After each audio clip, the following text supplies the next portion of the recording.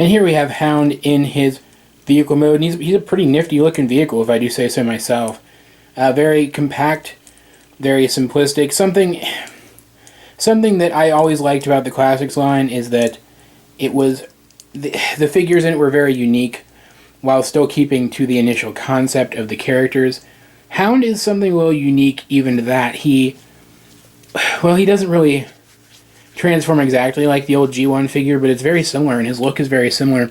And yet I still really like it as a Classics toy.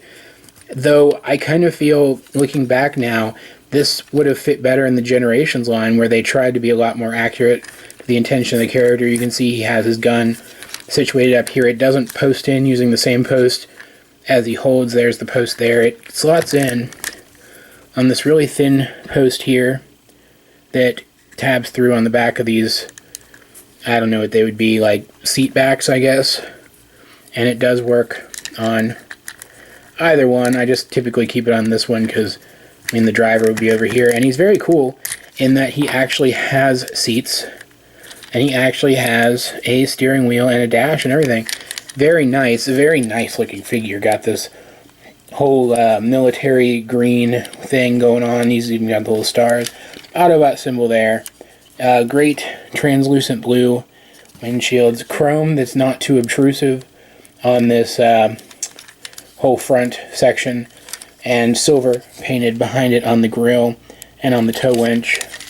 Even has taillights. Absolutely fantastic. This is back when, you know, paint applications were something you expected more from your Transformers, which is why I'm going to start doing more Classics reviews, because I want to talk about the good of Transformers paint applications for a while. Silver rims, great detail on the tires, great detail all around. Just very nice looking. He rolls great, despite the fact that these wheels are on these transformation hinges that you would think would make them like really unstable, but once you get him rolling, you don't even notice. Great figure, absolutely fantastic. I love it a lot. Transformation on this is very cool. We're going to start out by lowering his seats like so, and we're going to kind of split this just to get it out of the way, and then we're going to split this like so, and then just kind of accordion this whole section down, then bring these seat backs up, bring these forward like so, and just, you can see he even has this like foot tilt thing going on. Then up here, we're going to take his arms, which would help if I showed you, take his arms and bring them down like so. Do that on both sides, of course. Flip out his hands, which are actually pretty tight. Bring them out, kind of accordion these out a little bit. Then we're going to bring this whole section down, like so, and bring his wheels back, and just kind of bring them together on his back. And I feel like I'm missing something. I kind of always feel like I'm missing something, though. Oh no, here we go. Bring this forward like so, bring it down, and I believe it just kind of sits like this, with this black section behind it. Not really 100% sure. That's the way I've always transformed him, though. Just kind of bring that plate forward and then just kind of rest it there. It's a little precarious, but I feel like it works all right. And then his feet are a little weird. It's kind of hard to balance him on it first go. But once you get him balanced, he's a pretty nice looking figure, and you can see very good detail on him all around in this mode as well. He has that kind of G1 Autobot aesthetic where he has the front of his car as his torso, and looks really good, and he can get some really good poses due to how far his feet lean, which I think is really nice. There's got to be a better way to lock this into position. If someone in the comments knows how to do this properly, please let me know, because I have a feeling I'm missing something. But I get the point across.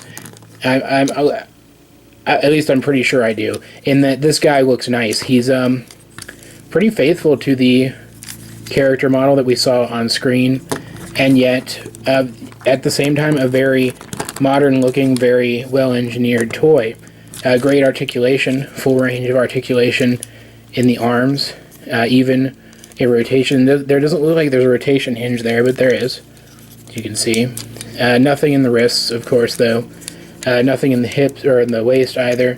Hips are good, though, forward and back. And rotation just above the knee. Full bend at the knee. And his feet do have articulation beyond just the tilt due to transformation, which is not necessary, but pretty nice. Be careful with these panels here because they do feel like they should rotate, but they don't actually. In fact, if you're not careful, it's not going to do it now when I show it. They do pop off fairly easily. I popped it off a couple of times while I was reacquainting myself with this guy's transformation. So just be aware of that. His head is on a ball joint, so it does have the full expected range of motion, and it's technically it has light piping, but the light doesn't really show through the optics, which is probably the only thing I don't like about this figure. I do find that kind of frustrating when a figure has light piping that just doesn't function. It feels like, well, then why didn't they paint the eyes in, right? We have his gun, of course, and he can hold it as we saw in the intro. But that's not all that this guy came with. He also came with another accessory that I'm not sure that I really understand, honestly. It was kind of a surprise to me, and I feel like the entire Transformers collecting community, because Hound came with this guy. And as you can see, this is a Decepticon mini cassette. In fact, this is Ravage, and he does fit in both microcassette tape recorders and a couple of the third-party classic sound waves that we've gotten so far. I have, what was it called? Sonicron, I believe, the Voyager scale one that looks like a modern microcassette recorder, which I will review at some point, and I'll show that off then. But he does fit in them. He looks very nice. He does transform fully, which I'll demonstrate real fast. It's a pretty clean and simple transformation. Forgot to bring out his tail. And he ends up being a very slim little cat, but still, I think, a pretty good looking one. He certainly has the whole Panther thing going on, like Ravage always did. And I can't for the life of me figure out why this guy came with Hound. You can see them in scale there. I can't for the life of me figure out why this guy came with Hound, except for there was a scene, I believe in the 3-part premiere of the series, if I'm not mistaken, where Hound captured Ravage with a force field, but I thought it was like Hound and like another character, and it wasn't specifically Hound that did it, unless I'm remembering completely incorrectly. And it's just kind of weird that he would come with Hound, unless this was some kind of experiment to see if it was going to be viable to do a classic Soundwave with microcassettes and maybe release the microcassette characters with various other characters at the deluxe scale as accessories. I don't know. It's just kind of odd. And especially considering that we never did get an official classic Soundwave. I don't know. I'm not going to complain, though. Ravage was my favorite of the microcassette characters, so I'm glad I got him. And, yeah, I don't feel like I should recommend this figure. It's old enough at this point and popular enough that finding it is going to be very difficult, and if you do, it's going to be very pricey for a deluxe class figure. But I will leave you with saying that I do really enjoy this figure, and I feel like if you can find it for a reasonable price, you will as well. And a little short, but that's about it for this review, guys. I hope you enjoyed it, because I certainly enjoyed making it.